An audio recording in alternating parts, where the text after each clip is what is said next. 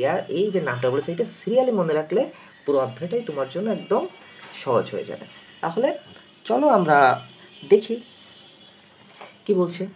Porifera, Cnidaria, Platyhelminthes, Nematoda, Mollusca, Annelida, Arthropoda, Echinodermata, কটেটা। তো এই নামগুলো তোমরা এইভাবে সুন্দর করে মনে রাখবা। তাহলে চলো এখন আমরা এটারে ভ্রূণস্তরটা ঠিক করি। ওকে, আমরা কি ঠিক করবো এটাকে, এই যে ভ্রূণস্তর। তাহলে ভ্রূণস্তর পরিফেরা পর্বের প্রাণী। যারা পরিফেরা পর্বের প্রাণী তুমি এখানে সিরিয়ালি লেখো, তাহলে আমাদের কত 1 2 3 না, মানে 2 স্তরে 2 স্তরে 3 স্তরে। তাহলে মনে করো যে পরিফেরা এটা একদম প্রথম পর্বের প্রাণী। তাহলে মনে করো যেই ক্লাসে একজনই ছাত্র থাকে তার তো রোল 1 2 হয় না, তাই না?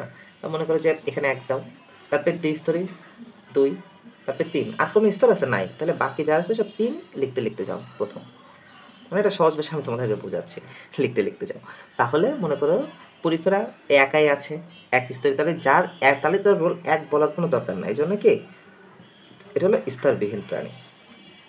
নিটারিয়া দ্বিতীয় পর্ব, এই জন্য এটা দ্বিস্তরী, আর বাকিগুলো সব ত্রিস্তরী। ওকে, তাহলে এটা একটা সহজ ভাষায় একটু মজা করে বুঝাইলাম তোমাদের।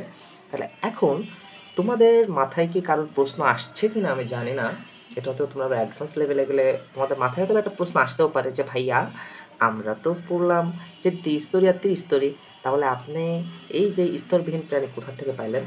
এখন সবথেকে মজার এবং ইন্টারেস্টিং বিষয় হলো এই যে পরিফেরা পর্বের প্রাণী, এই পরিফেরা পর্বের প্রাণীতে আসলে সঠিকভাবে যে ভ্রূণটা তৈরি হয় না। এখানে ভ্রূণ তৈরি হয় না বিধায় এখানের কোনো এই যে স্তরের কোনো কথাই আসে না। তো স্তরের কথা আমরা বলি না, যে মনে করো যে আমাদের বইয়ে যেটা সিলেবাসে থাকে আমরা বলেই তো সিলেবাসের ভিতরে আছে, আর যেটা সিলেবাসে থাকে না আমরা কি বলি তুই তো সিলেবাসের বাইরে। তাহলে এও স্তরবিহীন, মানে কি এই স্তরের বাইরে, বুঝছো? তাহলে কি পরিফেরা আসলে কোনো স্তর থাকে না, স্তরবিহীন প্রাণী। নিটারিয়া থেকে স্তর শুরু হয়, নিটারিয়া হলো দ্বিস্তরী প্রাণী, আর বাকি যতগুলো আছে সব ত্রিস্তরী প্রাণী। তাহলে নিটারিয়া ডিপ্লোপ্লাস্টিক এবং বাকি সবগুলো কি ট্রিপ্লোপ্লাস্টিক। তাহলে মোটামুটি তোমরা ভ্রূণস্তর